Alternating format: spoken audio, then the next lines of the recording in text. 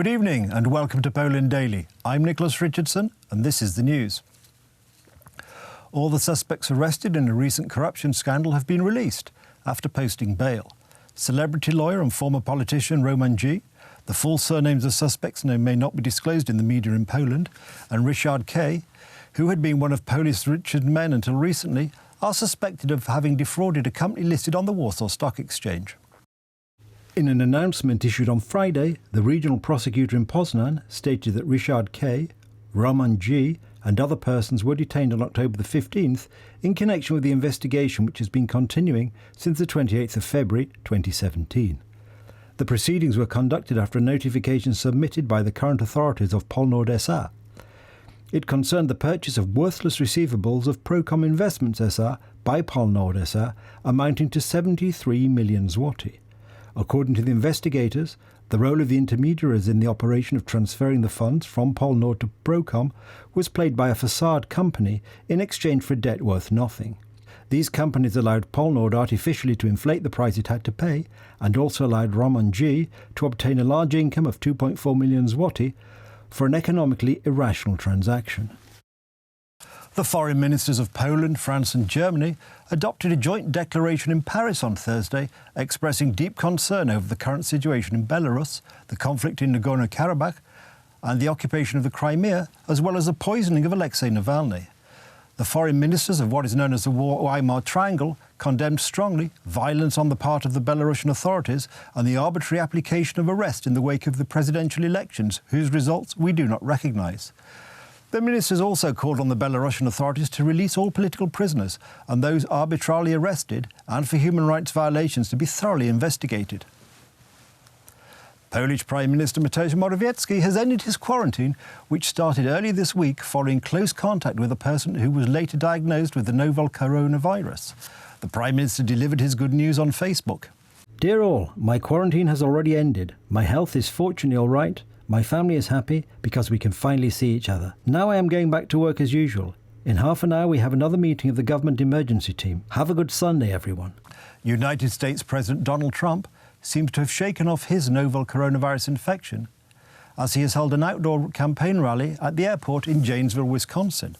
The state is a swing state and the Polish-American vote could prove crucial as it is the state with the largest percentage of Polish Americans, numbering some 10%.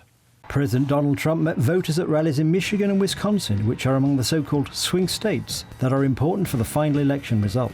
And you know what? We win Wisconsin. We win the whole ball game. I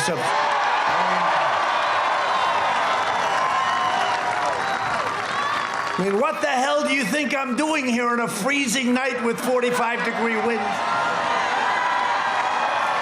What do you think I'm doing this for my health? I'm not doing this for my health.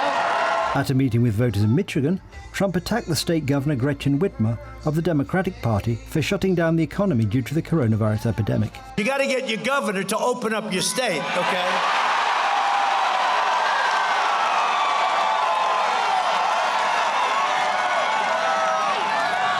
And get your schools open.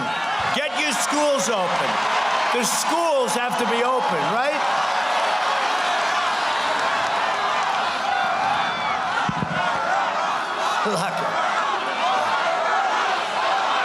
Lock them all up.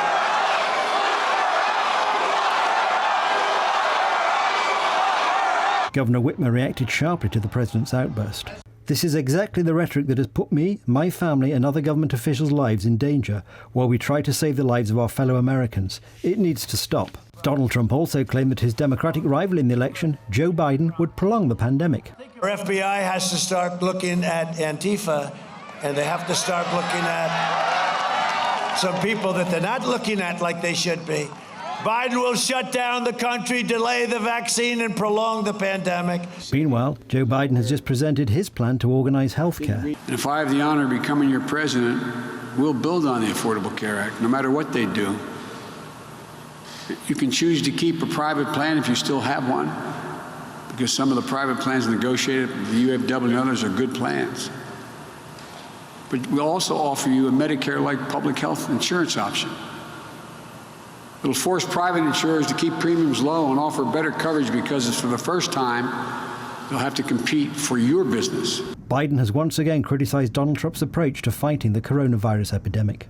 26 million Americans have already voted by mail. According to commentators, this heralds a record turnout during the upcoming elections. Protests have been arranged in a number of French cities today against the alarmist terror attack at a school which claimed the life of a history teacher who had earlier used the Mohammed cartoons as an example during a class on free speech. The family of the 18-year-old attacker, who decapitated the teacher, had in 2011 been denied asylum in Poland. The attack took place in a Paris suburb where the victim of a suspected Islamist attack taught history. The killing in the middle-class suburb of Conflans-Sainte-Honorine shocked the country and carried echoes of an attack 5 years ago on the offices of the satirical magazine Charlie Hebdo. It's the Republic which was attacked, of course, but my role today is to think about the residents of the town. I'm thinking about the people who live here.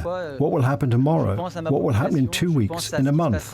We need to pick ourselves up again, and I will help the residents so we can pick ourselves up together in the face of this tragedy. Paty had earlier this month shown his pupils cartoons of the Prophet Muhammad in a civics class on the freedom of expression, angering a number of Muslim parents. Muslims believe that any depiction of the Prophet is blasphemous. The teacher chose to show that cartoon, and it was in the name of freedom. It's part of the freedom of expression. You might disagree, you might say you don't agree with what he did, but to me, it's not a crime. The 18-year-old Chechen attacker, 9 years old at the time, was refused asylum by the Polish authorities in 2011 before moving on to France. That's the news. Thank you for watching. Stay with us for the weather, Poland Daily Business and more programmes. But from me, it's have a good night and a better tomorrow.